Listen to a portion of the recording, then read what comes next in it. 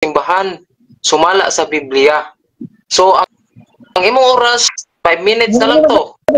Mr. Moderator, ako kang i-correct gamay ang kanang Old Testament man gud, nagamit man siya specific na word New Testament. Nagamit siya specific na word nga New Testament. So what iba sa kung dapat siya sa Old Testament, dili na mo dapat itolerate kay kalukuhan man. That is very specific, Mr. Moderator.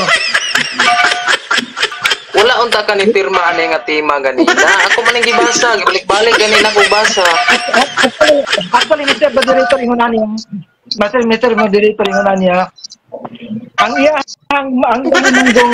iyang manggong dito ako dili mao ang kanang iyang gipangak mo karon dili na siya mao dito sa iyang gihatag sa ako nga kuan nga tipo specific man gud sa New Testament naa magkabot ng New Testament but iba sabot pag moto ka sa Old Testament that is another story, Mr. Moderator.